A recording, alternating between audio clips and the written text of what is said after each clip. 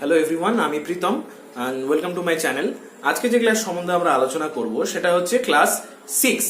Class 6 এর যে চ্যাপ্টারটা সম্বন্ধে আমরা আলোচনা করব সেটা হচ্ছে চ্যাপ্টার 18.3 অর্থাৎ স্কয়ার অ্যান্ড স্কয়ার রুট বা বর্গ এবং বর্গমূলের যে চ্যাপ্টারটা রয়েছে তার 18.3 কোষে দিকে 18.3 এর অঙ্কগুলো আমরা অলরেডি আগের দিন তার 8 নম্বর এবং 9 নম্বর অঙ্কগুলো কিভাবে করতে হয় সেগুলো আমরা জেনে গিয়েছি। অর্থাৎ ভাগ পদ্ধতিতে বর্গমূল মানে ডিভিশন মেথডের মাধ্যমে স্কয়ার রুট করা আমরা জেনে গিয়েছি। এখন তার বেসিক্সে কিছু অঙ্ক রয়েছে, সেই অঙ্কগুলোকে আমরা করব। যেমন দেখো 1 নম্বর অঙ্ক যেটা বলেছে যে 1000 এর নিকটতম পূর্ণবর্গ সংখ্যা অর্থাৎ 1000 এর নিয়ারেস্ট একটা square number, perfect square number আমাকে বের করতে বলেছে। তা আমি কি করে করব? আমি প্রথমে 1000 এর ভাগ পদ্ধতিতে বর্গমূল করব। 1000টা লিখবো, লিখে নিয়ে তার ভাগ পদ্ধতিতে বর্গমূল করব। দেখো ভালো করে, এই 1000 এর যখন আমি বর্গমূল করছি তখন লাস্টের থেকে জোড়ায় জোড়ায় নিতে হবে, নিলাম। এবার কত দিয়ে যাবে? 3 দিয়ে যাবে। দেখো 3 3 যা 9 হলো। 1 দুটো জিরো একসাথে নেমে গেল। এবার 3 এর ডবল এখানে আসলো 6। এবার 6 কে এমন একটা নাম্বার দিয়ে দিতে হবে যাতে আমার মিলে যায়। এবার দেখো 6 কে যদি আমি 0 দিয়ে করি তাহলে তো 0 হয়ে যাবে। 1 দিয়ে যদি করি তাহলে 1 দিয়ে গুণ করলে 61 হবে। যদি 2 দিয়ে করি তাহলে আবার 100 এর থেকে বেশি হয়ে যাচ্ছে। অর্থাৎ আমাকে 1 দিয়েই দিতে হবে, এর থেকে বেশি দিতে পারবো না। 1 দিয়ে দিলে আমার হচ্ছে 61 এবং এখানেও চলে আসছে 1। তাতে দেখা যাচ্ছে যে আমার এখানে অবশিষ্ট থেকে যাচ্ছে 39, মানে আমার রিমাইন্ডার হিসেবে থেকে যাচ্ছে 39। এবার এই 39টা রিমাইন্ডার হিসেবে থাকছে, তাই জন্য তার মানে কি 1000 কিন্তু পারফেক্ট স্কয়ার নাম্বার না। যেহেতু পারফেক্ট স্কয়ার নাম্বার না, তাহলে আমাকে এটাকে পারফেক্ট স্কয়ার বানাতে হবে। কি করে বানাবো? যেমন দেখো এখানে 39 কিন্তু বেশি, অর্থাৎ 39 যদি 1000 এর থেকে কম থাকতো তাহলে কি হতো? মিলে যেত। যদি মিলে যেত তাহলে সেটা অবশ্যই পারফেক্ট স্কয়ার হতো। তার মানে আমি যদি 1000 থেকে এই 39টাকে মাইনাস করে দিই, মাইনাস করলে আমার এখানে অ্যান্সারটা আসছে হচ্ছে 961। এবার এটা কিন্তু একটা পারফেক্ট স্কয়ার নাম্বার। এটা কার পারফেক্ট স্কয়ার জানো? দেখো 39 যদি না থাকতো, মানে 39 যদি অবশিষ্ট না থাকতো তাহলে এখানে 61 আসতো, তার মানে মিলে যেত। এটা কিন্তু এই 961টা কিন্তু 31 এর স্কয়ার হয়ে যেত তখন। এই যে দেখো 31 পেয়েছি কিনা, তার মানে কি 31 দিয়ে মিলে যেত যদি 39টা না থাকতো। মানে 39টা যদি অবশিষ্ট না থাকতো, যদি এখানে 961 থাকতো তাহলে কি হতো? 31 এর স্কয়ার হিসেবে মিলে যেত। তাহলে 31টা হচ্ছে এখানকার 961 এর স্কয়ার হতো। এবার আমাকে ওখানে বলেছে নিয়ারেস্ট, অর্থাৎ 1000 এর কাছাকাছি একটা নাম্বার খুঁজতে বলেছে। আমি এখানে বিয়োগ করলাম কত? 39, তার ফলে আমি একটা স্কয়ার নাম্বার পেলাম 961, যেটা 31 এর স্কয়ার। কিন্তু আমি কি করে বুঝবো যে এটাই নিয়ারেস্ট? এর থেকে কাছাকাছি কোনো নাম্বার নেই। এর পরের যেটা নাম্বার অর্থাৎ 32 যদি আমি স্কয়ার করি, এখানে 31 এর স্কয়ার আমি পাচ্ছি 961। এবার আমি যদি 32 এর স্কয়ার করি, আমি দেখি 32 এর স্কয়ার করলে কত হচ্ছে। 32 এর যদি স্কয়ার করা যায়, তোমরা রাতে 32 এর স্কয়ারটা করো। দেখো 32 এর যদি স্কয়ার করা যায়, অর্থাৎ 32 কে দুবার গুণ করতে হবে। 64 আর 3 2 যা 6, 3 3 যা 9, অর্থাৎ 4210।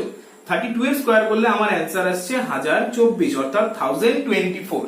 এবার তুমি ভালো করে এই জায়গাটা খেয়াল করো যে দেখো কে কাছে, 1000 এর কাছাকাছি কি 961 না 1000 এর কাছাকাছি 1024, অর্থাৎ 1024 কোনটা কাছে? এখানে কত বিয়োগ করতে হচ্ছে না 39 বিয়োগ করে আমি এখানে 961 পাচ্ছি, যেটা একটা পারফেক্ট স্কয়ার নাম্বার। এক্ষেত্রে কি করলাম? ঠিক তার পরের নাম্বারটা স্কয়ার করলাম, স্কয়ার করে আমি পাচ্ছি হচ্ছে 32। তার মানে এটাও তো একটা পারফেক্ট স্কয়ার নাম্বার। কার স্কয়ার? এটা না 32 এর স্কয়ার। কিন্তু এক্ষেত্রে আমার দেখো 1000 এর সাথে শুধুমাত্র 24 অ্যাড হয়ে 1024 আসলো। তার মানে কাছে কে? এটা না এটা, এটা 39 বিয়োগ করতে হচ্ছে আর এটা মাত্র 24 অ্যাড করতে হচ্ছে, তার মানে অবশ্যই এটা কাছে। তাহলে আমার নিয়ারেস্ট বা সবচেয়ে কাছে, নিয়ারেস্ট বা নিকটবর্তী পূর্ণবর্গ সংখ্যাটি হলো 1024। নিকটবর্তী পূর্ণবর্গ সংখ্যা সমান সমান 1024। এই হলো অঙ্ক। আমি আবারও বলে দিচ্ছি, অঙ্কগুলোকে খুব ভালো করে করতে হবে। কিভাবে করতে হয়? প্রথমত আমাকে যে নাম্বারটা বলবে সেই নাম্বারটার একটা ভাগ পদ্ধতির মাধ্যমে বর্গমূল করতে হবে। বর্গমূল করে যেটা অবশিষ্ট থাকবে সেটাকে বিয়োগ করলে আমি একটা নাম্বার পাবো, যেটা অবশ্যই পূর্ণবর্গ।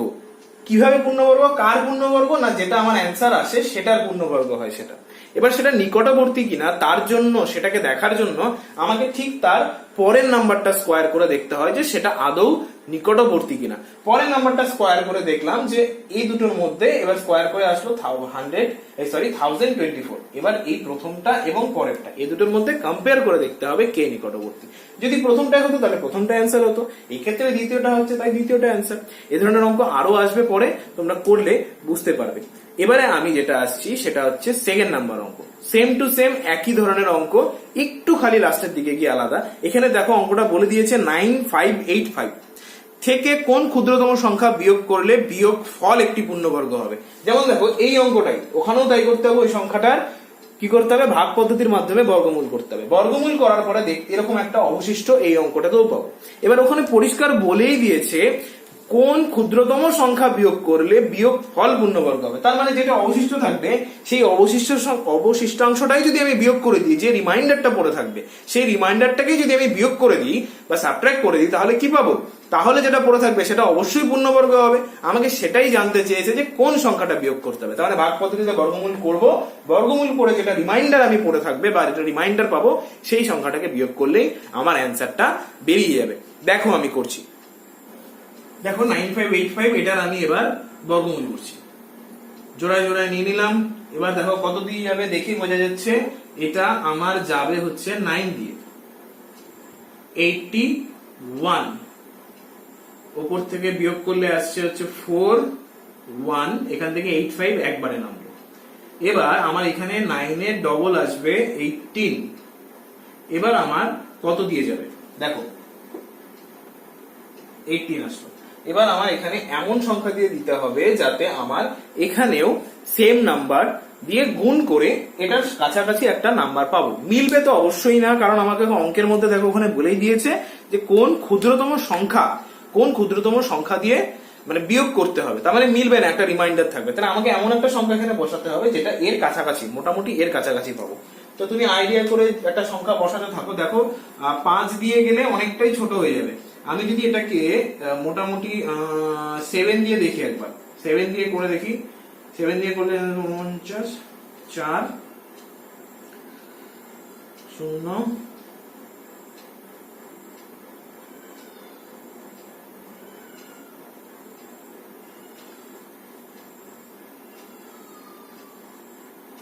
হ্যাঁ 13।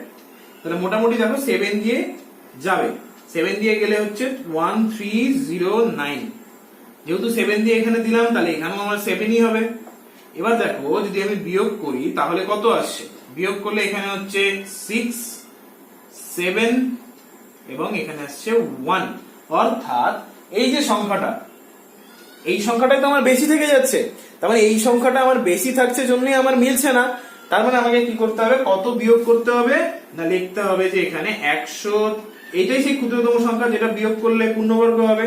তার মানে 176 অর্থাৎ 176 বিয়োগ করলে বিয়োগফল পূর্ণবর্গ সংখ্যা হবে।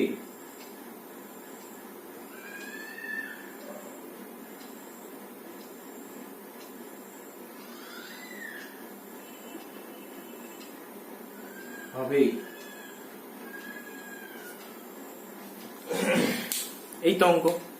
তাহলে এটা গেল 2 নাম্বার অঙ্ক। এবারে যে অঙ্কটা আসছি সেটা হচ্ছে তার ঠিক একদম পরের অঙ্কটা। বলেছে 5320 সাথে কোন ক্ষুদ্রতম সংখ্যা যোগ করলে যোগফল পূর্ণবর্গ হবে। অর্থাৎ এবারে কি আসছে, এটা যেমন বিয়োগ করে হলো, এবারে সেম অঙ্ক আসবে কিন্তু যোগ করে। তার মানে আমার পরবর্তী সংখ্যাটা বের করতে হবে। দেখো অঙ্কটা করলে তোমরা বুঝে যাবে। দেখো এই যে সংখ্যাটা বলেছে 5320, এটাকে আমি এবার ভাগ পদ্ধতির মাধ্যমে অর্থাৎ ডিভিশন মেথডের মাধ্যমে এটার স্কয়ার রুট বের করব। কত দিয়ে যাবে? না, আমার এখানে যাবে হচ্ছে 7 দিয়ে। 7 দিয়ে গেলে 49। এবার আসছে 420। এবার এদিকে কি আসবে? 7 এর ডবল অর্থাৎ 14। এবার এমন একটা নাম্বার দিয়ে আমাকে ডিভাইড করতে হবে যাতে এটা আমার সম্পূর্ণ চলে যায়। এবার দেখো আমার এখানে যাওয়ার মতন হচ্ছে 2 দিয়ে যদি আমি করি, তো 3 দিয়ে করলে 3 3 9 3 4 12, 3 দিয়ে করলে হয়ে যাবে বেশি, তাহলে আমাকে এখানে দিতে হবে 2 দিয়ে। 2 দিয়ে করলে আমার এখানে আসছে 4 8 2, এবং এখানেও আসছে 2, মিলবে তো না, এখানে রিমাইন্ডার হিসেবে থাকছে 6 9 3 136 রিমাইন্ডার হিসেবে আমার থেকে যাচ্ছে এখানে, ঠিক আছে। কিন্তু আমার ওখানে কোশ্চেনটা দেখো, কোশ্চেনটা কি বলেছে, ওখানে কিন্তু কোশ্চেনটা বলেছে যে কোন ক্ষুদ্রতম সংখ্যা যোগ করলে, অর্থাৎ এটা যদি আমি বিয়োগ করি 136টা, তাহলে কিন্তু আমার পূর্ণবর্গ সংখ্যা হবে, কিন্তু বিয়োগ করলে হবে না, আমাকে যোগ করতে হবে। এবার আমি কথাটা যেটা বলছি ভালো করে শোনো, যদি আমি এটাকে বিয়োগ করে দিতাম তাহলে যে নাম্বারটা পেতাম সেটা একটা পূর্ণবর্গ সংখ্যা পেতাম। সেটা কার পূর্ণবর্গ সংখ্যা পেতাম? এই যে 72টা যে বসে আছে এখানে, 72 এর পূর্ণবর্গ সংখ্যা পেতাম, কারণ এই নাম্বারটাকে বিয়োগ করলে কিন্তু আমার 72 দিয়ে পুরোটা মিলে যেত। অর্থাৎ কার পূর্ণবর্গ সংখ্যা পেতাম? 72 এর পূর্ণবর্গ সংখ্যা পেতাম বিয়োগ করলে। কিন্তু আমাকে বলেছে কত যোগ করলে। আচ্ছা 72 এর পূর্ণবর্গ সংখ্যা মানে 72 এর স্কয়ার করলে এটা হয়। আমি তাহলে কি করব, এর ঠিক পরবর্তী সংখ্যা যেটা তার বর্গ করব। তার মানে 72 এর পরবর্তী সংখ্যার বর্গ করব, পরবর্তী সংখ্যার বর্গ। সুতরাং 73 তার বর্গ করব, 73 এর বর্গ করব। কেন? যেহেতু আমাকে যোগ করবে বলছে, মানে এর সাথে কত যোগ করলে, তার মানে অবশ্যই যে নাম্বারটা আমার পাবো সেই নাম্বারটা বের করার জন্য যে পূর্ণবর্গ সংখ্যাটা আমি পাবো সেটা অবশ্যই এর থেকে বড় হবে। যোগ করা মানে তো বড় হয়ে যাবে, তার মানে এর থেকে অবশ্যই বড় হবে। সেটা কি করে পাবো না, এর একদম পরবর্তী পূর্ণবর্গ সংখ্যা পাওয়ার জন্য আমাকে কি করতে হবে, এটা যেহেতু 72 এর স্কয়ার, তাই 73 এর স্কয়ারটা আমাকে বার করতে হবে। আমি তাই 73 এর স্কয়ার বের করলাম। 73 এর স্কয়ার তোমরা রাফে বের করবে, বের করলে দেখবে অ্যান্সার আসবে 5329। 5329 এ দেখো তোমরা করে নাও।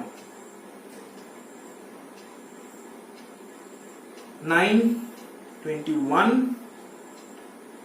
21 2 51 5 3 2 9, এটা হলো 73 এর স্কয়ার করে পাচ্ছি। এবার দেখো আমাকে বলেছিল কোন ক্ষুদ্রতম সংখ্যা যোগ করলে, এখানে দেখো তো বেশি আছে, এর থেকে এই নাম্বারটা বেশি আছে, তার মানে কিছু একটা যোগ হয়েছে, তাই জন্য পূর্ণবর্গ সংখ্যা হলে এবার কত যোগ হয়েছে সেটা করার জন্য কি করব, এই যে সংখ্যাটা পেলাম 5329, এটা থেকে যে নাম্বারটা ছিল আমার 5320, এটাকে বিয়োগ করে দিলাম। বিয়োগ করলে কত পাচ্ছি আমি? 9। সুতরাং 9 যোগ করলে বা 9 যদি আমি অ্যাড করি তাহলে পূর্ণবর্গ সংখ্যা পাবো। 9 যোগ করলে পূর্ণবর্গ সংখ্যা পাবো। তোমরা বাকিটা পুরোটা অ্যান্সার করে নেবে। এই হলো তোমাদের 3 নাম্বার অঙ্ক। আমি বারবার বলছি অঙ্কগুলো কিন্তু ভালো করে বুঝতে হবে। এবারে যেটা আসছি সেটা হচ্ছে 4 নাম্বার অঙ্ক। 4 নাম্বার অঙ্কটা আমি আসছি। দেখো 4 নাম্বার অঙ্কটা বলেছে শূন্য ছাড়া, আচ্ছা 1 মিনিট, 4 এর আগে আমি 10 করিয়ে দিই। 10 নাম্বারটা 4 আর 5, 4 5 6 7 এগুলো মোটামুটি এক ধরনের, তো 4 5 আমি পরে করাচ্ছি, আমি আগে 10 করিয়ে নিই। 10 করলে তোমাদের করতে সুবিধা হবে, ঠিক আছে। 10, তারপর 12, 6 7 এগুলো করাবো, 4 5 আমি পরে করাচ্ছি, ঠিক আছে। তো তুমি 10 নম্বর অঙ্কটা দেখো, 5000 এর নিকটতম ক্ষুদ্র অখণ্ড পূর্ণবর্গ, 5000 এর নিকটতম দুটি অখণ্ড পূর্ণবর্গ সংখ্যা, অর্থাৎ 5000 এর কাছাকাছি দুটোই আমাকে বের করতে বলেছে। যেমন আমরা প্রথম অঙ্কে কি করেছিলাম, দুটো সংখ্যা বের করেছিলাম হাজারের কাছাকাছি, মানে হাজারের থেকে একটা কম বের করেছিলাম, একটা হাজারের থেকে বেশি বের করেছিলাম। একটা 961 বেরিয়েছিল আর একটা 1024 বেরিয়েছিল।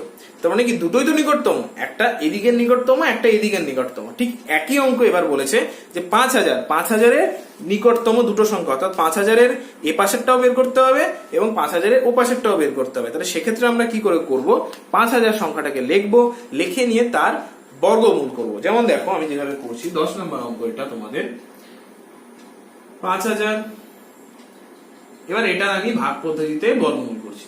কত দিয়ে যাবে দেখো, 7 দিয়ে যাবে।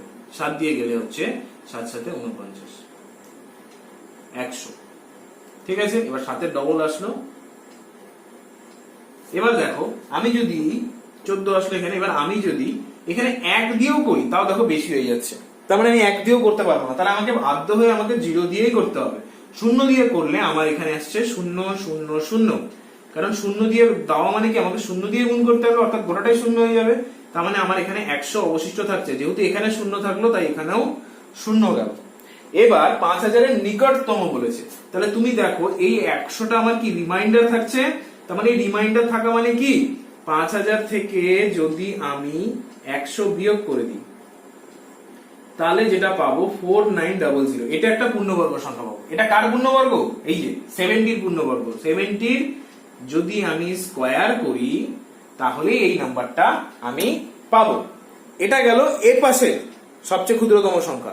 এবার আমাকে বের করতে হবে ও পাশের ক্ষুদ্রতম সংখ্যাটা, অর্থাৎ ওই পাশের যেটা বৃহত্তম নাম্বার, ও পাশের যেটা পূর্ণবর্গ সংখ্যা সেটা বের করতে হবে। তার মানে তার জন্য আমাকে কি করতে হবে, ঠিক তার পরের নাম্বার পরবর্তী সংখ্যা 70-র পরবর্তী সংখ্যা 71 তার স্কয়ার করতে হবে। 71 এর স্কয়ার তোমরা রাফে করে নাও।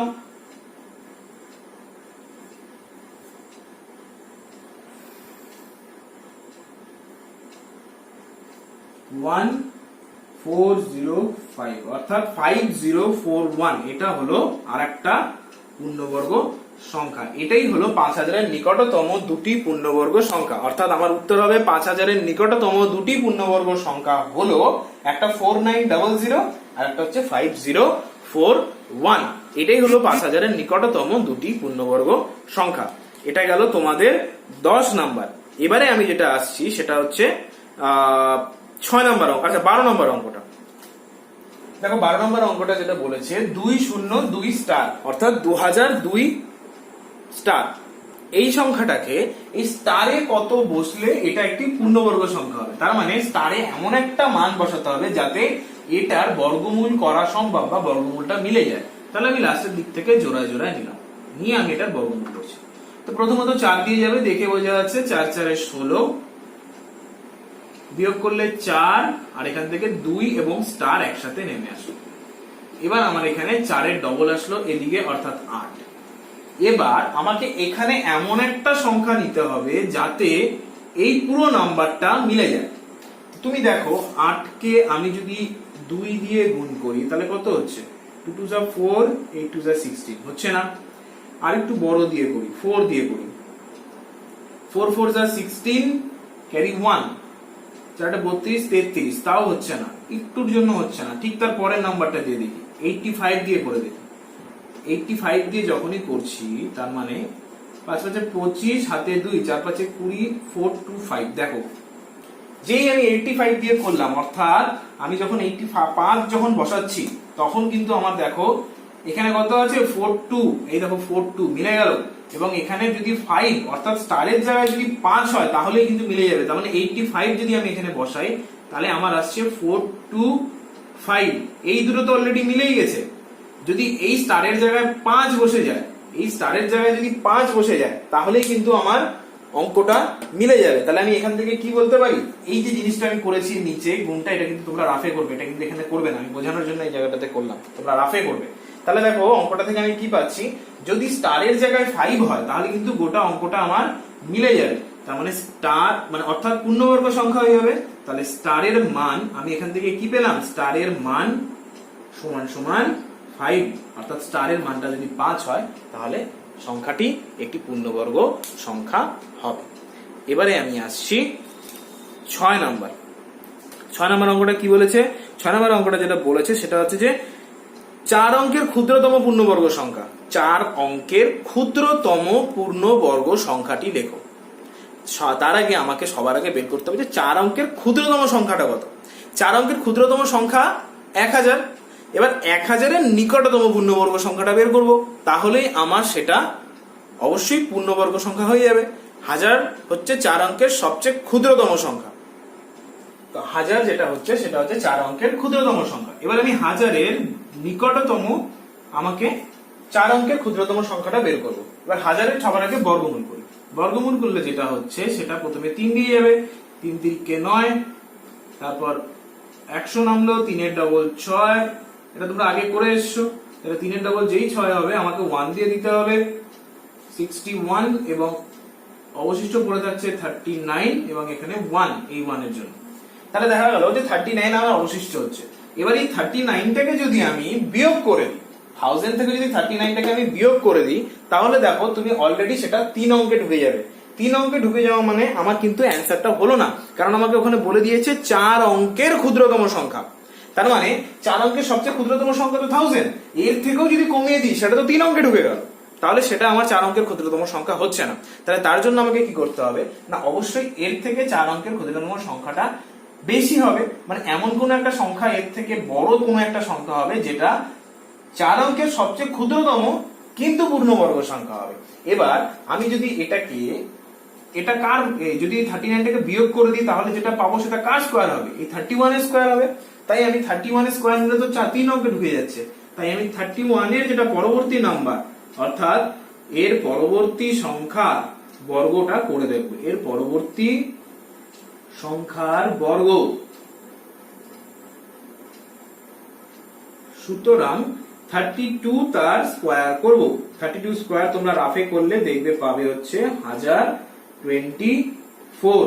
অর্থাৎ দেখো এটা কিন্তু আমাদের একটা পূর্ণবর্গ সংখ্যা, 1024 কিন্তু একটা পূর্ণবর্গ সংখ্যা, এবং এটা 4 অঙ্কের সংখ্যা এবং 1000-এর সবচেয়ে কাছের পূর্ণবর্গ সংখ্যা। অর্থাৎ এটাই 4 অঙ্কের সেই ক্ষুদ্রতম পূর্ণবর্গ সংখ্যা যেটা তোমাদের বইয়ে বের করতে বলেছে। 4 অঙ্কের ক্ষুদ্রতম পূর্ণবর্গ সংখ্যাটি বের করো, এটাই হলো আমার 4 অঙ্কের ক্ষুদ্রতম পূর্ণবর্গ সংখ্যা। এবারে আমি আসছি তোমাদের 7 নাম্বার অঙ্কটা বলেছে 4 অঙ্কের বৃহত্তম পূর্ণবর্গ সংখ্যা। একই অঙ্ক, কিচ্ছু নেই, যা করলে সম্পূর্ণ সেম, খালি শুধুমাত্র এবার এখানে বৃহত্তম বলেছে। দেখো আমি এই অঙ্কটাকেই করে দেখাচ্ছি, এই অঙ্কটার মধ্যেই করে দেখাচ্ছি। 4 অঙ্কের বৃহত্তম বলেছে, তাহলে 4 অঙ্কের এগুলো সব মুছে দিই। 4 অঙ্কের বৃহত্তম সংখ্যাটা আগে আমি লিখবো। 4 অঙ্কের বৃহত্তম সংখ্যা কি? 9999, অর্থাৎ 4টে 9। 4 অঙ্কের বৃহত্তম সংখ্যা সমান সমান 9999। এবার এটার আমি করব স্কয়ার রুট। ঠিক আছে, এটার আমি এবার করছি স্কয়ার রুট। স্কয়ার রুট করলে কত দিয়ে যাবে? অবশ্যই বোঝা যাচ্ছে 9 দিয়ে যাবে। 9 দিয়ে করলে হচ্ছে 81, 9 9 8 1, 9 এর ডবল আসলো এখানে 18। এবার এমন একটা সংখ্যা দিয়ে দিতে হবে যাতে এটা মিলে যায়, বা নাও মিলতে পারে, সেটা অবশ্যই যে মিলে যাবে সেরকম কোনো ব্যাপার নয়, কিন্তু মোটামুটি একটা সংখ্যা কাছাকাছি সংখ্যা দেবো। তো আমি এখানে হার্ডলি দিতে পারবো, খুব বেশি হলে 10 দিয়ে তো দিতে পারবো না, আমি সবচেয়ে বেশি এখানে 9 দিয়ে দিতে পারবো। তাহলে 9 দিয়ে দিলাম। 9 দিয়ে যদি দিই তোমরা রাফে গুণ করবে, গুণ করে পাবে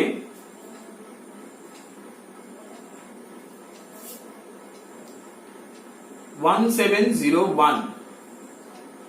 এবারটা বিয়োগ করো, বিয়োগ করলে এখান থেকে 891, অর্থাৎ তুমি 9 কে দেওয়ার পরে দেখবে এইভাবে কাছাকাছি সংখ্যা আসলো 1709, যেটা থেকে তুমি বিয়োগ করার পরে পাচ্ছ 198। তার মানে এই 198 হচ্ছে তোমার এক্সট্রা আছে, এই 198টা তোমার বেশি আছে। এবার তুমি এর সাথে তো কিছু যোগ করতে পারবে না, তুমি যদি এর সাথে যোগ করো সেটা 5 অঙ্কে ঢুকে যাবে। তার মানে আমি এর থেকে কি করতে পারবো? বৃহত্তম সংখ্যাটা বের করার জন্য এর থেকে আমি কিছু সংখ্যা বিয়োগ করতে পারবো, যাতে এই সংখ্যাটা আমার পূর্ণবর্গ হয়ে যায়। যেহেতু আমি এখানে 9 নিলাম তাই এটা এখানে 9 হবে। এবার আমি এর থেকে এই সংখ্যাটা থেকে কত বিয়োগ করতে পারবো? যেটা আমার অবশিষ্ট পড়ে আছে, তার মানে এটা আমার অতিরিক্ত আছে এখানে। অতিরিক্ত যখনই থাকবে এই সংখ্যাটাকে আমি তাহলে যদি আমি বিয়োগ করে দিই তাহলে আমি পূর্ণবর্গ একটা সংখ্যা পেয়ে যাবো। অর্থাৎ 9999 থেকে যদি 198 এই সংখ্যাটাকে বিয়োগ করি, আমি আবারও বলছি কেন বিয়োগ করছি। কখনো কখনো দেখবে কোনো সংখ্যায় বিয়োগ করতে হচ্ছে, কোনো সংখ্যায় যোগ করতে হচ্ছে। এবার তোমার মনে হতে পারে স্যার কখন যোগ করবো কখন বিয়োগ করবো, সম্পূর্ণটা তোমার কোয়েশ্চেনের মধ্যে ডিপেন্ড করছে কখন যোগ করতে হবে কখন বিয়োগ করতে হবে। একদম সাধারণ চিন্তাধারায় দেখো, এই যে সংখ্যাটা বেরোলো, এর সাথে যদি আমি কোনো এক সংখ্যা যদি যোগ করি, এক বাদে আমি যদি একও যোগ করি, এটার মধ্যে যদি আমি একও যোগ করি তাহলে সেটা 5 অঙ্কে চলে যাবে। আমাকে তো 5 অঙ্কে যেতে বলেনি, আমাকে বলেছে 4 অঙ্কের। তার মানে এর সাথে আমি কিছুই যোগ করতে পারবো না, এখানে আমাকে বিয়োগই করতে হবে। অর্থাৎ এই সংখ্যাটাকেই আমাকে লিখতে হবে, পরবর্তী সংখ্যা এখানে যাওয়ার কোনো প্রশ্নই আসছে না। এবার কোনোখানে যদি আগের অঙ্কটাতে কি হচ্ছিল, আগের অঙ্কটাতে ছিল 1000, ক্ষুদ্রতম সংখ্যাটাই ধরে নিয়েছিলাম। তার মানে আমাকে 4 অঙ্কই রাখতে বলেছিল। ওখান থেকে যদি আমি একও বিয়োগ করি, সেক্ষেত্রে আমার 3 অঙ্কে ঢুকে যাচ্ছে। তাহলে আমি এখানে 1 বিয়োগ করতে পারবো না, মানে কোনো কিছুই বিয়োগ করতে পারবো না। তাহলে সেক্ষেত্রে কি করতে হবে? অবশ্যই যোগ করতে হবে। যখন আমার বিয়োগ করার কোনো অপশন থাকছে না তখন আমাকে যোগ করতে হবে, যখন আমাকে যোগ করার মতন কোনো সিচুয়েশন থাকছে না তখন আমাকে বিয়োগ করতে হবে। এখানে হচ্ছে আমি কিছু যোগ করতে পারবো না, তার মানে কি অবশিষ্টাংশটাকে বিয়োগ করে দিলে আমার অ্যান্সারটা বেরিয়ে যাবে। অবশিষ্টাংশটাকে যদি আমি বিয়োগ করি তাহলে আমার আসছে হচ্ছে 9801। এটা একটা পূর্ণবর্গ সংখ্যা। কার পূর্ণবর্গ সংখ্যা? এই যে এটা 99 এর যদি স্কোয়ার করা যায় তাহলে হয় 9801। এটা হলো তোমার সেই 4 অঙ্কের বৃহত্তম পূর্ণবর্গ সংখ্যা। 9801 হলো 4 অঙ্কের বৃহত্তম পূর্ণবর্গ সংখ্যা, যেটা তোমাদের 7 নম্বরে বের করতে বলেছে। এটা গেল 7 নম্বর অঙ্ক। এবারে যেটা আছে তোমাদের 4, 5 আর 11, এই 3টে অঙ্ক বাকি আছে। আমি 11 নম্বর অঙ্কটা আগে করাচ্ছি, তারপর 4, 5 নম্বরে যাচ্ছি। 11 নম্বর অঙ্ক যেটা আছে দেখো, ওখানে বলেছে দুটি ধনাত্মক সংখ্যার গুণফল এবং ভাগফল, অর্থাৎ গুণফলটা আমাকে দিয়ে দিয়েছে এবং ভাগফলটাও আমাকে দিয়ে দিয়েছে। আমাকে বের করতে বলেছে সংখ্যা দুটি কি কি। আমি আবারও বলেছি দুটি ধনাত্মক সংখ্যার গুণফল বলা আছে 1575। অনেকের বইয়ে 1576 লেখা আছে, 6 কিন্তু নয়। যদি কারোর বই 6 লেখা থাকে ওটা ভুল আছে, ওটাকে কেটে নিয়ে 5 করে দাও। 1575 দুটি সংখ্যার ধনাত্মক সংখ্যার গুণফল 1575 এবং ভাগফল 9/7। আমাকে বের করতে বলেছে সংখ্যা দুটি কি কি। দেখো আমাকে এটা বলা আছে, প্রথম আমি ধরে নিলাম দুটো সংখ্যা বলতে একটা প্রথম সংখ্যা একটা দ্বিতীয় সংখ্যা। তাহলে প্রথম সংখ্যা গুণ দ্বিতীয় সংখ্যা সমান সমান 1575 বলা আছে, এবং প্রথম সংখ্যা ভাগ দ্বিতীয় সংখ্যা সমান সমান 9/7 এটাও বলা আছে। আমি এখানে ধরে নিচ্ছি প্রথম সংখ্যাটা ব্র্যাকেটে এখানে লিখতে হবে প্রথম সংখ্যা গ্রেটার দেন দ্বিতীয় সংখ্যা, তার মানে প্রথম সংখ্যাটা বড়, আমি এটা ধরে নিচ্ছি। তার কারণ এই কথাটা লিখছি তার একটাই কারণ, এই যেহেতু এখানে আমি প্রথম সংখ্যা ভাগ দ্বিতীয় সংখ্যা করেছি, কারণ আমরা জানি বড় সংখ্যাকে ছোট সংখ্যাতে ভাগ করা সম্ভব, তাই জন্য আমি এই কথাটা লিখলাম। প্রথম সংখ্যাটা ধরে নিচ্ছি দ্বিতীয় সংখ্যা থেকে বড়। এবারে আমি কি করব, এটাকে দিব 1 নং সমীকরণ। যেরকম ভাবে আগের দিন অঙ্কগুলো করেছিলাম, আগের দিন কিন্তু এরকম একটা এই ধরনের অঙ্ক করেছিলাম 15.2 তে। এটাকে প্রথমটাকে দিলাম 1 নম্বর সমীকরণ এবং দ্বিতীয়টাকে দিলাম 2 নম্বর সমীকরণ। এবার কি করব, 1 গুণ 2, 1 নং সমীকরণটাকে আর দ্বিতীয় 2 নং সমীকরণটাকে করব গুণ। গুণ করলে দেখো কি হচ্ছে, এ পাশে থাকছে প্রথম সংখ্যা গুণ দ্বিতীয় সংখ্যা,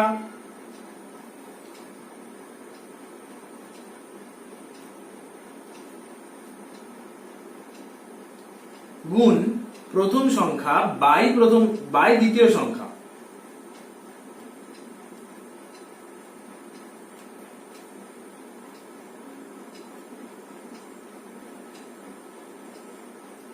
এবার দেখো ডান পাশে থাকছে আমার 1575 ভাগ 9/7 থাকছে এটা। এবার আমি কি করব, দেখো এখান থেকে এই যে দ্বিতীয় সংখ্যার সাথে এই দ্বিতীয় সংখ্যাটা কেটে গেল, ঠিক আছে। সরি, আমি এটাকে এইভাবে লিখেছি, তোমরা এই যে দ্বিতীয় সংখ্যার সাথে এই দ্বিতীয় সংখ্যাটা কেটে গেল। এবার দেখো তো প্রথম সংখ্যাটা কটা থাকছে, এখানে একটা প্রথম সংখ্যা এখানে একটা প্রথম সংখ্যা, তার মানে প্রথম সংখ্যার দুটো আছে, তার মানে প্রথম সংখ্যার স্কয়ার সমান সমান, এবার এদিকে কাটাকাটি করি, 7 দিয়ে এটাকে কাটছি, 7 দিয়ে এটাকে কাটলে হচ্ছে 7 2 যা 15, 7 2 যা 15, 2 2 5, তাহলে 2 2 5 ইনটু 9, এটা হচ্ছে আমার এই পাশে থাকছে। এবার আমি কি করব, প্রথম সংখ্যা সমান সমান কি হবে, এই নাম্বার দুটোর হয়ে যাবে রুট, অর্থাৎ 2 2 5 ইনটু 9। আমি গুণটা করছি না, ইচ্ছা কিন্তু থাকে 2 2 5 ইনটু 9 বাইরে রুট। আবার প্রথম সংখ্যা সমান সমান, এগুলোকে গুণ না করার কারণ হচ্ছে আমি এটাকে গুণ না করে উৎপাদক বিশ্লেষণ করব। যদি তুমি এটাকে 2 2 5 কে রাফে উৎপাদক বিশ্লেষণ করে নেবে, তোমরা রাফে উৎপাদক বিশ্লেষণ করলে 2 2 5 কে যদি করো তাহলে পাবে 3 ইনটু 3 ইনটু 5 ইনটু 5, এটা 2 2 5 থেকে পাবে। এবার 9 থেকে করো উৎপাদক বিশ্লেষণ, 3 ইনটু 3। এবার কি হবে, রুটের বাইরে আসার জন্য দুটোর জন্য একটা বাইরে আসে, তার মানে এই দুটো 3 এর জন্য একটা 3 বাইরে, এই দুটো 5 এর জন্য একটা 5 বাইরে, এই দুটো 3 এর জন্য আবার একটা 3 বাইরে, তার মানে আমার অ্যান্সার হচ্ছে 45। এটা আমার বেরোলো প্রথম সংখ্যা, এটা শুধুমাত্র আমার প্রথম সংখ্যা বেরোলো। এবার দ্বিতীয় সংখ্যা বের করতে হবে। দ্বিতীয় সংখ্যা সমান সমান, দ্বিতীয় সংখ্যা সমান সমান এই যে প্রথম সংখ্যাটা গুণ ছিল যেটা অর্থাৎ 1575, এটাকে এই প্রথম সংখ্যাটা দিয়ে ভাগ করে দেবো, তাহলে আমার বেরিয়ে যাবে। প্রথম সংখ্যাটা দিয়ে ভাগ করে তোমরা করো রাফে, দেখবে রাফে হচ্ছে 35, অর্থাৎ দ্বিতীয় সংখ্যা সমান সমান আমার বেরোলো হচ্ছে 35 এবং প্রথম সংখ্যা সমান সমান আমার বেরোলো 45, অর্থাৎ আমার উত্তর প্রথম সংখ্যা সমান সমান 45 এবং দ্বিতীয় সংখ্যা সমান সমান, এখানে প্রথম সংখ্যা, এটাও প্রথম সংখ্যা, প্রথম সংখ্যা সমান সমান পেলাম 45 এবং দ্বিতীয় সংখ্যা সমান সমান পেলাম 35। এই হলো তোমার অঙ্ক, ঠিক আছে। এটা গেল 11 নম্বর অঙ্ক। এবারে যেটা বাকি থাকলো 4 নম্বর এবং 5 নম্বর অঙ্ক। দেখো 4 নম্বর অঙ্ক তোমাদের যেটা বলেছে সেটা হচ্ছে যে 15, 25 এবং 35 এবং 45 দ্বারা বিভাজ্য শূন্য ছাড়া এমন একটি ক্ষুদ্রতম পূর্ণবর্গ সংখ্যা খুঁজতে বলেছে। শূন্য ছাড়া এমন একটি ক্ষুদ্রতম পূর্ণবর্গ সংখ্যা বের করতে বলেছে যা এগুলো দ্বারা বিভাজ্য হবে। এবার যখনই এগুলো কিরকম 3-4টে নাম্বার দ্বারা বিভাজ্য হবে, এই ধরনের অঙ্ক থাকে, তখন সবার আগে আমাকে যেটা করতে হয় সেটা হচ্ছে তোমার এই কটা সংখ্যার, যে কটা সংখ্যা বলা থাকে সে কটা সংখ্যার লসাগু করতে হবে। তাহলে আমরা লসাগুটা করে নেবো আগে।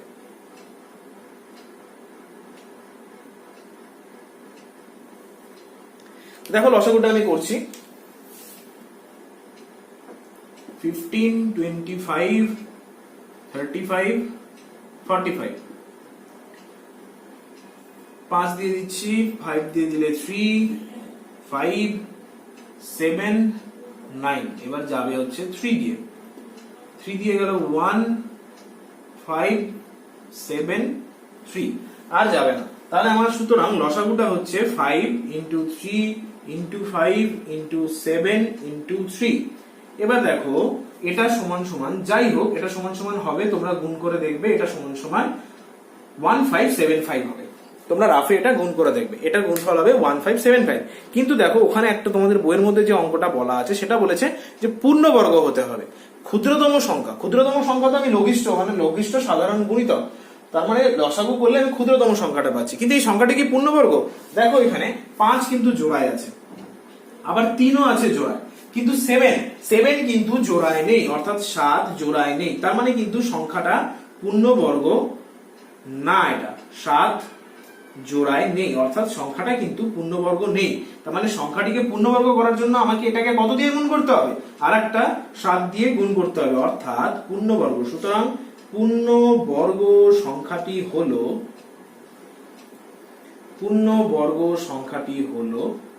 1575 ইন্টু 7, অর্থাৎ 7 দিয়ে আমাকে গুণ করতে হবে। গুণ করলে যেটা পাবো সেটা হচ্ছে, এটাকে গুণ করো, 5 7 35, 3 7 7 49, 52, 5 7 35, 40, মানে হচ্ছে 1105। অর্থাৎ আমাকে বের করতে বলেছিল ক্ষুদ্রতম, শূন্য ছাড়া ক্ষুদ্রতম পূর্ণবর্গ সংখ্যা, অর্থাৎ শূন্য ছাড়া ক্ষুদ্রতম পূর্ণবর্গ সংখ্যাটা হচ্ছে আমার 11025। এটা হলো আমার 4 নাম্বার কোশ্চেনের উত্তর। এবারে আসছি আমি 5 নাম্বার কোশ্চেনটা। 5 নাম্বার কোশ্চেনটা কি বলেছে? 4 অঙ্কের ক্ষুদ্রতম এবং বৃহত্তম পূর্ণবর্গ সংখ্যা, অর্থাৎ আমাকে 4 অঙ্কের একটা ক্ষুদ্রতম সংখ্যা এবং ক্ষুদ্রতম এবং বৃহত্তম পূর্ণবর্গ সংখ্যা বার করতে হবে, যেগুলো আবার ওই যে 8, 15, 20 এবং 25 দ্বারা বিভাজ্য হবে। কি করে করব দেখো। তো দেখো 8, 15, 20 আর 25 এর আমি আগে লসাগু করে নেবো, কারণ আমাকে এখানে বলেই দিয়েছে এত দ্বারা বিভাজ্য। তাহলে আমি এটা প্রথমে লসাগু করছি। আমি 2 দিয়ে দিচ্ছি 4, 15টা 15ই থাকছে, এটা 10 এবং এটা 25। এবার আমি আবারও দিচ্ছি 2 দিয়ে যখনই দিচ্ছি 2, 15, 5, 25। এবার আমি দিচ্ছি 5 দিয়ে দিলে 2, 3, 1 and 5। এটা হলো আমার লসাগু। তাহলে লসাগু সমান সমান 2 into 2 into 5 into 2 into 3 into 5। এটা সমান সমান আসছে আমার 600। তোমরা করে দেখবে এটা সমান সমান 600 আসছে। এবার দেখো আমাকে ওখানে বলেছে যেটা 4 অঙ্কের ক্ষুদ্রতম এবং বৃহত্তম পূর্ণবর্গ, অর্থাৎ সংখ্যাটাকে আমাকে পূর্ণবর্গ হতে হবে। এবার 4 অঙ্কের বৃহত্তম ক্ষুদ্রতম বের করার আগে আমি আগে এই সংখ্যাটাকে পূর্ণবর্গ পরিণত করবো, কারণ এই সংখ্যাটা কিন্তু এখানে আমার পূর্ণবর্গ নেই। তার কারণ দেখো এখানে এই যে এই দুটো 2 জোড়ায় আছে, একই রকম ভাবে 5 জোড়ায় আছে, কিন্তু একটা 2 এবং একটা 3 কিন্তু এখানে জোড়ায় নেই, অর্থাৎ 2 ও 3 জোড়ায় নেই। তার মানে জোড়ায় আনার জন্য বা কি করতে হবে, আমাকে এই নাম্বারটাকে 2 আর 3 দিয়ে গুণ করতে হবে, তাহলে আমি পূর্ণবর্গ সংখ্যাটা পাবো। সুতরাং পূর্ণবর্গ সংখ্যাটি হলো, আগে পূর্ণবর্গ সংখ্যাটা বার করবো, তারপরে আমি 4 অঙ্কের বৃহত্তম বা ক্ষুদ্রতম বার করবো। পূর্ণবর্গ সংখ্যাটি হলো 600। যেহেতু একটা 2 এবং 3 জোড়ায় নেই, তাই এর সাথে 2 এবং 3 গুণ করলাম, গুণ করে আমি পাচ্ছি 3600। এবার তুমি একটা জিনিস খেয়াল করো, আমাকে বলে দিয়েছে 4 অঙ্কের, অর্থাৎ অঙ্কের সংখ্যা আমার 4 থাকবে। 4 অঙ্কের একটা ক্ষুদ্রতম বের করতে বলেছে এবং একটা বৃহত্তম বের করতে বলেছে। তুমি দেখো 600টাকে যখন আমি পূর্ণবর্গ করার চেষ্টা করছি, তখন কিন্তু আমার একটা 4 অঙ্কের সংখ্যা আসছে, এবং পূর্ণবর্গ করার ক্ষেত্রে দেখো এটাই সবচেয়ে ক্ষুদ্রতম সংখ্যা, এর থেকে পরবর্তী কোনো সংখ্যা কিন্তু আমি পূর্ণবর্গ হিসাবে পাবো না। পেলেও সেই সংখ্যাটা কিন্তু এইগুলো দ্বারা বিভাজ্য নয়। কেন? কারণ এগুলো দ্বারা বিভাজ্য সবচেয়ে ক্ষুদ্রতম সংখ্যা এটা, অর্থাৎ এটাকেই আমাকে পূর্ণবর্গ বানাতে হবে। এই সংখ্যাটাকে যদি পূর্ণবর্গ বানাতে পারি তাহলেই এই নাম্বারগুলোতে বিভাজ্য হবে। তাই জন্য আমি আগে লসাগুটা করে নিলাম। তার মানে এটাকে পূর্ণবর্গ বানানোর জন্য আমাকে কমপক্ষে সবচেয়ে ছোট 2 আর 3 দিয়েই গুণ করতে হবে, অর্থাৎ গুণ করে আমি যেটা পাচ্ছি 3600। তার মানে ক্ষুদ্রতম 4 অঙ্কের ক্ষুদ্রতম পূর্ণবর্গ সংখ্যাটি হলো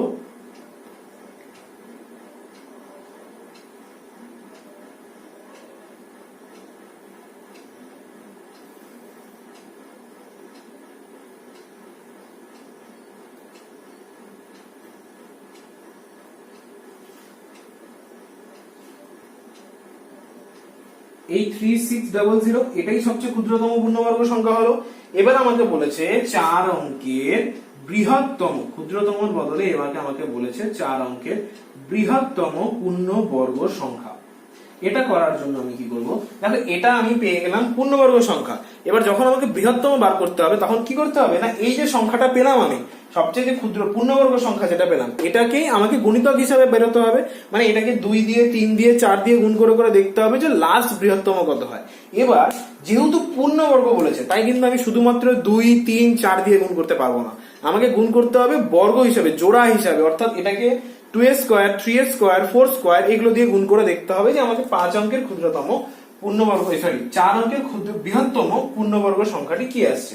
এবার দেখো তুমি এটাকে যদি আমি এর পরবর্তী যে সংখ্যাটা দিয়ে গুণ করতে পারবো সেটা হচ্ছে 2 স্কয়ার দিয়ে গুণ করতে পারবো। 2 স্কয়ার দিয়ে গুণ করা মানে 4 দিয়ে গুণ করতে পারবো। 4 দিয়ে যখনই আমি এটাকে গুণ করছি, তখন তুমি এটা রাফে গুণ করে দেখো, 4 দিয়ে যখনই গুণ করছি তখন আমার আসছে 00441, অর্থাৎ সংখ্যাটা কি 4 অঙ্কের আছে। দেখো এক্ষেত্রে সংখ্যাটা কিন্তু আর 4 অঙ্কের নেই, সংখ্যাটা অলরেডি 5 অঙ্কে চলে গেছে, কিন্তু আমাকে 5 অঙ্কের বের করলে হবে না, কারণ আমার এখানে বলে দিয়েছে যে আমাকে 4 অঙ্কেরই বের করতে হবে। তার মানে 4 অঙ্কের এর থেকে নিচে কোনটা, এর থেকে ছোট যদি মনে করি, তার মানে কি এর থেকে ছোট অবশ্যই হতে হবে, কিন্তু এর থেকে ছোট বলতে আমার একবারে আসছে আবার 3600। তার মানে 3600 হচ্ছে ক্ষুদ্রতম সংখ্যা এবং বৃহত্তম সংখ্যাটা এক্ষেত্রে হবে 3600, কারণ এর থেকে কম, 4 এর থেকে কম মানে 2 স্কয়ারের কমে তো আমি কিছু দিয়ে গুণ করতে পারবো না। 2 স্কয়ারের কিছু কম দিয়ে গুণ করা মানে 1 স্কয়ার দিয়ে গুণ করা, 1 স্কয়ার দিয়ে গুণ করা মানে তো এটাই।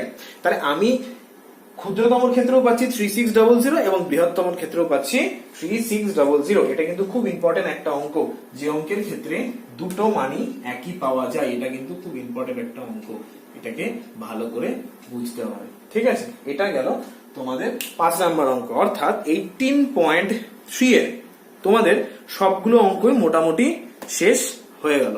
এই চ্যাপ্টারটা শেষ হলো। নেক্সট চ্যাপ্টার আমরা দেখি কি করাতে পারি, নেক্সট দিন সামনের দিন নতুন একটা চ্যাপ্টার অবশ্যই করাবো। আজকের মতন এতটুকুই থাকলো, ততক্ষণ অবধি তোমরা সবাই খুব সুস্থ থাকো এবং ভালো থাকো। Thank you.